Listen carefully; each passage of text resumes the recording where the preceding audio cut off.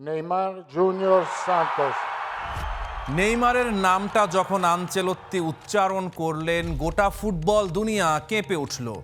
Portugal তাদের তুরুপের তাস ছুড়ে দিয়েছে। ক্রিশ্চিয়ানো রোনালদো, সেই চিরন্তন নাম যিনি অপেক্ষায় আছেন বিশ্ব ফুটবলকে রাঙানোর জন্য। কিন্তু আর্জেন্টিনা এখনো নীরব। লিওনেল স্কালোনি তাড়াহুড়ো করেন না, তার কাছে সময় একটা অস্ত্র। সেই সময়সীমা মাথায় রেখেই তিনি একটু একটু করে সবকিছু আবারও বিশ্লেষণ করছেন, প্লেয়ারদের উপর পাখির চোখ করেছেন। এরই মধ্যে প্রথম আনুষ্ঠানিক পদক্ষেপ পড়ে গেছে। ৩৫ জন ফুটবলারকে প্রাথমিকভাবে মনোনীত করে তাদের ক্লাবে নোটিশ পাঠানো হয়েছে। প্রথমে ভাবা হয়েছিল দুটো আলাদা দল হবে। একটা দল ৬ জুন প্রীতি ম্যাচ খেলবে হন্ডুরাসের বিপক্ষে এবং ৯ জুন আলাবামায় আইসল্যান্ডের বিপক্ষে। আরেকটা হবে মূল বিশ্বকাপ দল, কিন্তু সেই পরিকল্পনা থেকে সরে এসেছেন স্কালোনি। যারা টিকবেন তারাই বুয়েনস এইরেসে এসে ব্যাগ গোছাবেন, বাকিরা থাকবেন অপেক্ষার প্রহর গুণে। যদি কেউ চোট পান, যদি ভাগ্যের দরজা হঠাৎ করে খুলে যায়। এই সিদ্ধান্তের পেছনে আছে একটা তিক্ত স্মৃতি। ২০২২ সালের কাতার বিশ্বকাপে লিওনেল স্কালোনি যে অভিজ্ঞতার মুখোমুখি হয়েছিলেন, এবার তিনি সেই একই অভিজ্ঞতার মুখোমুখি হতে চান না। হোয়াকিন কোর্রেয়া আর নিকোলাস গঞ্জালেস শেষ মুহূর্তে চোটে পড়ে বিশ্বকাপ দল থেকে ছিটকে গিয়েছিলেন। তখন হন্তদন্ত হয়ে থিয়াগো আলমাদা আর আনহেল কোর্রেয়াকে ডাকতে হয়েছিল স্কালোনিকে। এবার সেই একই পথে হাঁটতে চান না স্কালোনি। কোচিং স্টাফরা এরই মধ্যে আর্জেন্টিনায় ফিরে এসেছেন।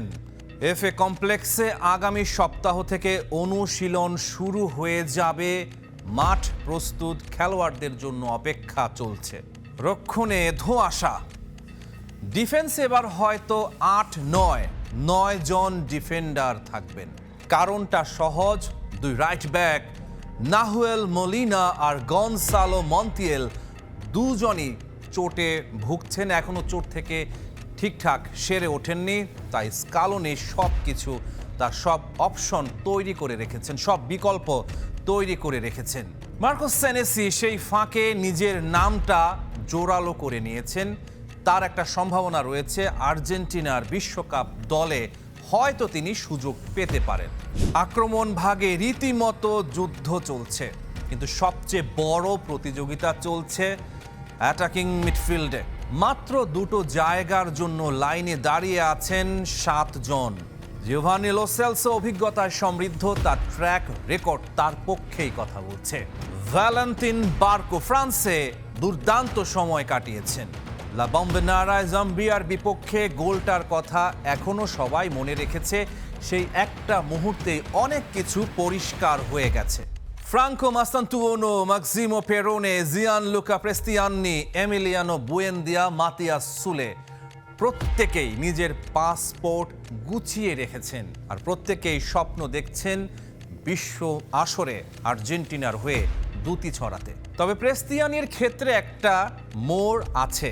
ইউএফার একটা নিষেধাজ্ঞা ফিফা পর্যন্ত গড়িয়েছে, তাই তিনি যদি বিশ্বকাপ দলে থাকেন তাহলে আর্জেন্টিনার প্রথম দুটি বিশ্বকাপ ম্যাচে তিনি খেলতে পারবেন না। এই সীমাবদ্ধতা প্রেস্তিয়ানির সুযোগকে অনেকটাই কমিয়ে দিয়েছে।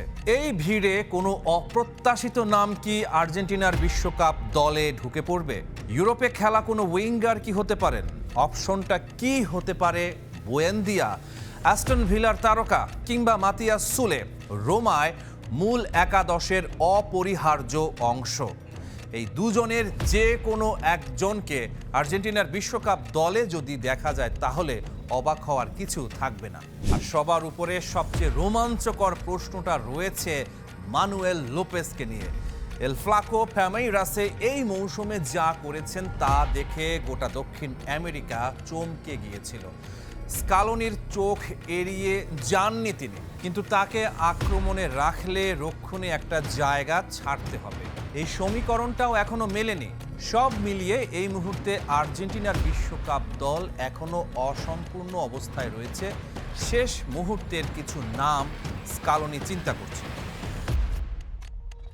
সবকিছুর কেন্দ্রবিন্দুতে আছেন লিওনেল মেসি, যাকে ঘিরে সব পরিকল্পনা সাজাচ্ছেন স্কালোনি। মেসির শেষ বিশ্বকাপ অভিযান আর্জেন্টিনার প্রতিটা পদক্ষেপকে আরো গুরুত্বপূর্ণ করে তুলেছে। মারাদোনার ছায়া আর মেসির আলোর মাঝখানে দাঁড়িয়ে থাকা এক জাতির হৃদস্পন্দন। স্টেডিয়ামের আলো জ্বলবে, পৃথিবী থমকে দাঁড়াবে। মেসি তার যোদ্ধাদের নিয়ে আবারও মাঠে নামবেন, বিশ্বকাপে নামবেন, অমরত্বের ইতিহাস লিখতে। Rahman pair, star play.